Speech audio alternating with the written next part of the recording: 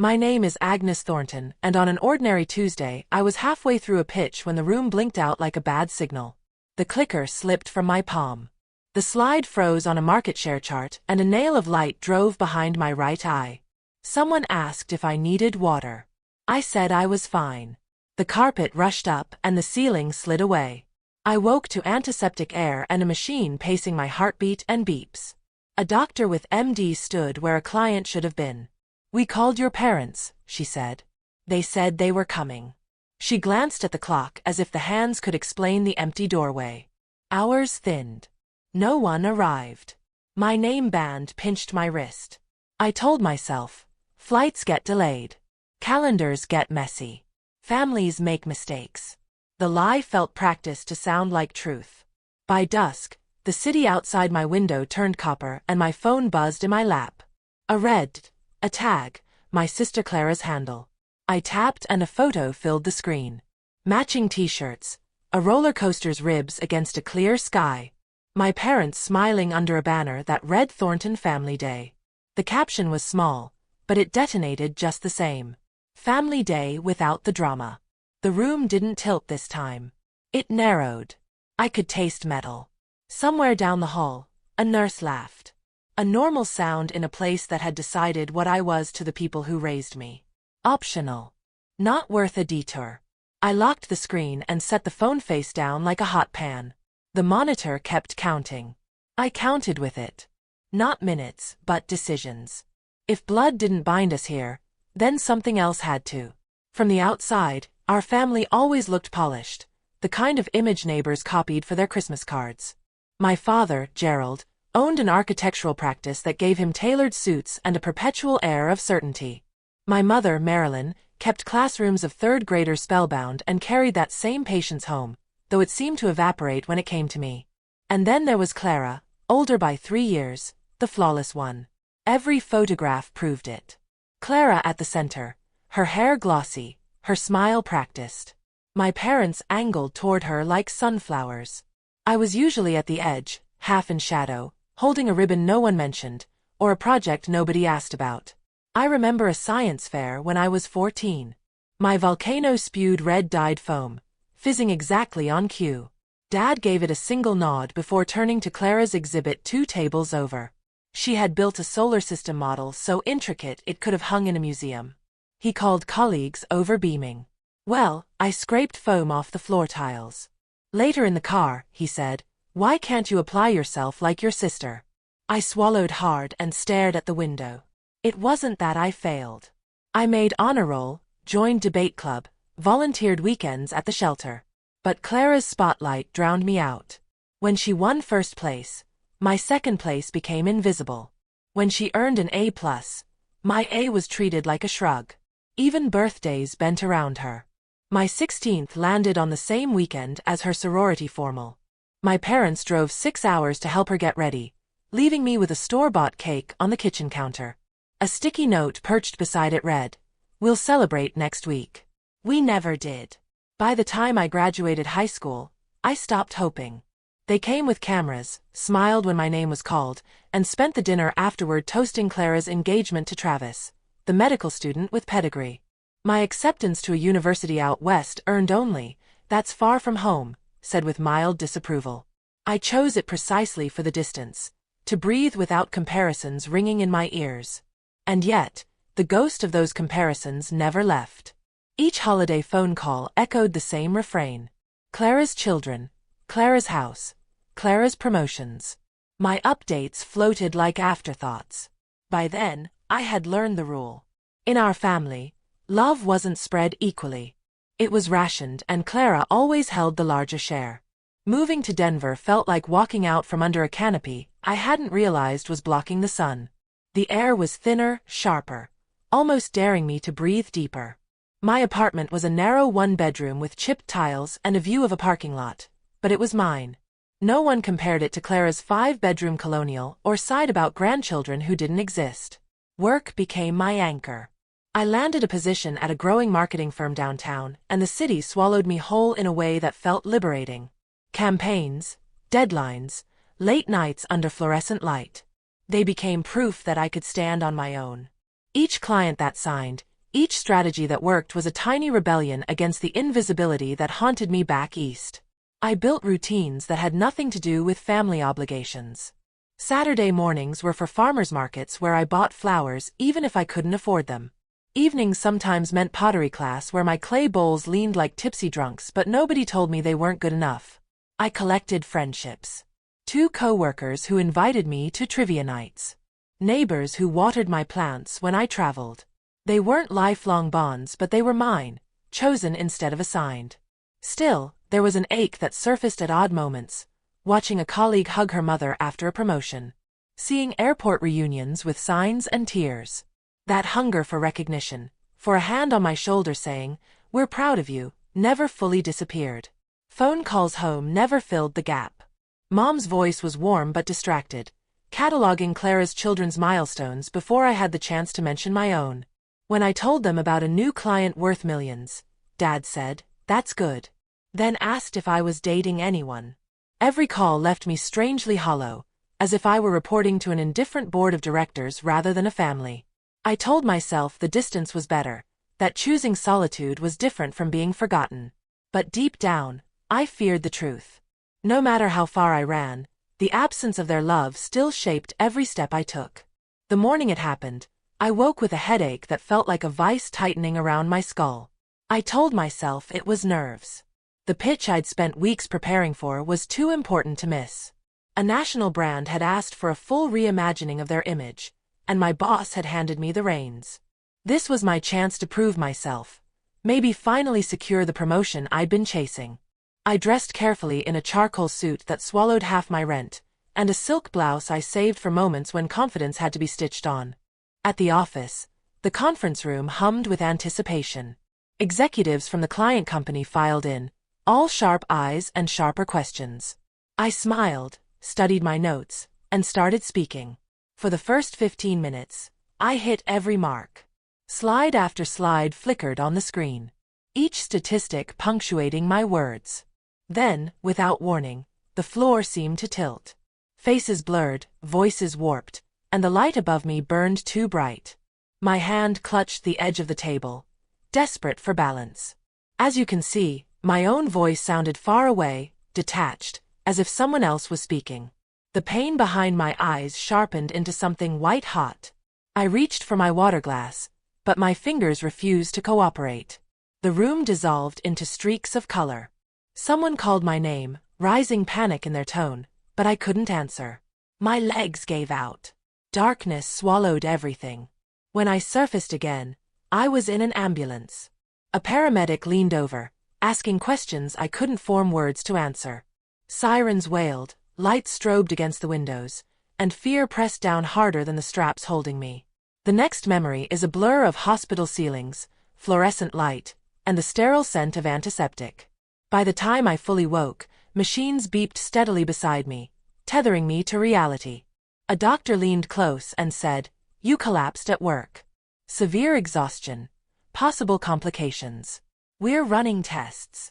We called your emergency contacts." Her pause was heavy. "Your parents?" "They said they were coming." She didn't finish the sentence, but I already knew what she meant. The first night in the hospital passed in fragments, nurses checking vitals, the hiss of oxygen somewhere down the hall, my own thoughts clanging like loose metal. I kept glancing at the door, expecting it to open. Every set of footsteps outside made my pulse leap, only to fall again when they kept going. By morning, hope had thinned into something brittle. I tried to convince myself that maybe flights were delayed or schedules tangled, but deep down I recognized the familiar shape of disappointment. I'd known it since childhood. The silence of being left behind had its own taste. That afternoon, when the room finally quieted, I reached for my phone. The screen lit with notifications. For a second, I thought maybe it was them. Missed calls. Worried texts. Instead, the top alert was from Clara. She had tagged me in a post. My thumb hesitated, but instinct won. The photo appeared bright and cheerful. My parents, Clara, her husband, and their kids standing at the entrance of a theme park, all wearing matching shirts printed with Thornton Family Day. Their smiles stretched wide, their eyes lit with the ease of a perfect outing. And then the caption, Tiny but brutal. Family day without the drama. My chest hollowed out. They weren't just absent. They were celebrating my absence. Without the drama could only mean me. The difficult daughter, the one better left out of the frame. I set the phone face down, but the words burned through the plastic like acid. The hospital bed creaked as I shifted, trying to breathe past the tightness in my throat. Tears threatened, but I pressed them back. Crying wouldn't fix anything. In that moment, the truth was carved sharp. If even this, a collapse, a hospital bed, the threat of something wrong inside my skull, wasn't enough to make me matter, then nothing ever would. I lay there in the dim light, heart pounding, and thought about how many years I had begged for their recognition. Maybe the begging stopped now. Maybe it had to. The day after the tag, I woke to find someone sitting in the chair beside my bed. It wasn't my parents. It wasn't Clara. It was Elena, a junior copywriter who had joined the firm only months ago. She looked up from her phone, her face brightening. "Finally," she said, "you're awake. I brought your charger and some pajamas. I used the spare key you gave me. Hope that's okay." The kindness cracked something in me. I had known her barely long enough to share coffee breaks. Yet here she was with a tote bag of my belongings, staying when the people who should have been here never came. Later that night, during a shift change, a nurse named Jordan took over my care. She was talkative, quick to smile, and didn't seem bothered that I had no visitors. "You'd be surprised," she said, adjusting my more patients than you think go through serious procedures alone. "But you know what? Staff becomes family in places like this. We've got your back." Her words lodged deep. Family. That word had always meant a door slammed in my face. Hearing it offered so simply without conditions felt almost like a foreign language. The tests confirmed what I had feared since the collapse. A tumor pressing against my brain. The neurologist explained surgery was the best option. The words should have sent me spiraling, but all I could think about was who would sit in the waiting room when they wheeled me away. Not my parents. Not Clara. Elena returned after work, plopping into the chair with snacks and gossip from the office, her chatter a distraction from the storm inside me. Jordan checked in every few hours, her presence steady as a lighthouse beam. Strangers, almost. Yet, they were the ones keeping me from drowning. That night, for the first time, I allowed myself to wonder. Maybe family wasn't about blood at all. Maybe it was about who showed up when the world fell apart. 3 days into my hospital stay, my phone lit up again. Not with an apology, but with urgency. 17 missed calls from my father, 22 from my mother, and nearly 30 from Clara. A single text sat at the bottom of the flood. "Your grandfather had a stroke. He's asking for you. Call us." My chest tightened. Grandpa William, the only one in our family who had ever seen me without comparison, who called me my clever girl and never once asked why I wasn't more like Clara, the man who mailed me handwritten letters in college just to say he was proud. He was asking for me now, and I was lying in a hospital bed recovering from scans that had revealed a tumor inside my skull. I pressed the call button. When Jordan entered, I showed her the screen. "They've ignored me for days," I said, voice brittle. "Now they need me." She studied my face, then sat gently on the edge of the bed. "The question isn't what they want, it's what you want." Later, when I finally dialed my father, he answered on the first ring. "Agnes, where have you been? We've been calling for days." No hello, no concern, just accusation. "I've been in the hospital," I said evenly. "Collapsed at work. They found a tumor. I had surgery." Silence stretched so long, I thought the call had dropped. Then, a stammer. "Why didn't you tell us?" "The hospital did," I shot back. "You chose roller coasters over me." Another silence, heavier this time. Finally, his voice cracked. "We didn't think it was serious." I let the words hang. The truth was clear. What was serious to them had never been me. "Still," I said, "I want to see Grandpa. Can you set up a video call?" A pause, then a weary, "Yes, we'll arrange it." I hung up, my hand trembling, but my resolve sharp. If they wanted to pretend now, fine. But this time, I would speak my truth. The video call came that evening. My father fumbled with the angle. My mother hovered in the background. Clara leaned too close as if trying to control the frame, but all I saw was Grandpa William, propped up in a hospital bed, thinner than I remembered.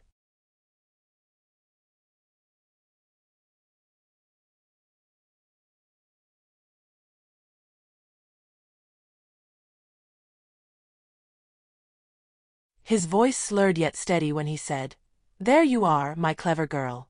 I tried to smile to hide the bandage circling my head, but his sharp eyes caught it. "What happened to you?" he asked. "Just a little surgery," I whispered. But he didn't buy it. "Tumor," he said bluntly. "They told me." "And you went through that alone?" The words cracked me open. Tears slid before I could stop them. "Yes, Grandpa. Alone." He shook his head weakly, then turned his gaze toward the others. "And why was that?" The silence on their end spoke louder than excuses. Clara shifted first. "We didn't know it was so serious." I cut her off, my voice sharper than I intended. "The hospital called. That should have been enough. But you still went to a theme park and tagged me without the drama. Do you have any idea what that felt like?" Her face reddened. My mother gasped, covering her mouth. My father cleared his throat, searching for words. Grandpa didn't let them. "For years, I've watched this family give everything to Clara, while Agnes stood invisible. I kept quiet because it wasn't my place. But I'm dying, so I'll say it now. You failed her. Not once, but again. And again." The weight of his words filled the screen. My father tried to protest, but Grandpa silenced him with a glare that even sickness couldn't dull. I spoke through the ache in my throat. "I don't need apologies. I need change. I need to matter even when it's inconvenient." For the first time, they looked shaken. Not defensive, just silent. Clara lowered her eyes. My mother's cheeks glistened with tears. My father seemed suddenly small. Grandpa's hand trembled as he reached toward the camera. "Agnes, stop running from them. Say your truth, then decide. Running only keeps the hurt alive." "I have said it," I told him. "And I won't run anymore. But whether they choose to see me, that's theirs to decide." 2 weeks later, against my surgeon's cautious advice, I boarded a train east. The ride rattled every stitch in my skull, but I needed to see Grandpa one last time. When I slipped into his hospital room, he smiled faintly, eyes bright despite the toll of the stroke. "You came," he whispered. "Of course I did," I said, taking his hand. "You've always been there for me. I had to be here for you." He passed a few days later, quietly with my hand still in his. The grief was sharp, but it was also clean. He had given me clarity in his final weeks. Clarity about who had valued me all along and who never truly had. The cabin by the lake came to me in his will. That place of childhood summers became my sanctuary for recovery. Each sunset over the water was a balm. Every loon call across the surface, a reminder that I wasn't invisible. My parents and Clara reached out, awkward visits, hesitant calls, clumsy attempts at reconciliations. I didn't slam the door, but I no longer bent myself into their shape. Sometimes they tried. Sometimes they slipped back into old patterns. Either way, I didn't measure myself against their approval anymore. What mattered were the people who had shown up. Elena bringing laughter and casseroles to the cabin. Nurse Jordan texting to check on me as if I were family. The support group from the hospital who turned into lifelong friends. They weren't bound to me by blood. Yet they held me up when the ones who were bound turned their backs. I stand on the dock most evenings now watching the sky bleed gold into the water. And I know this. Family isn't always who raises you. Sometimes it's who carries you when you collapse. Who sits beside your bed when fear is thick. Who proves you're worth showing up for. That is the family I choose.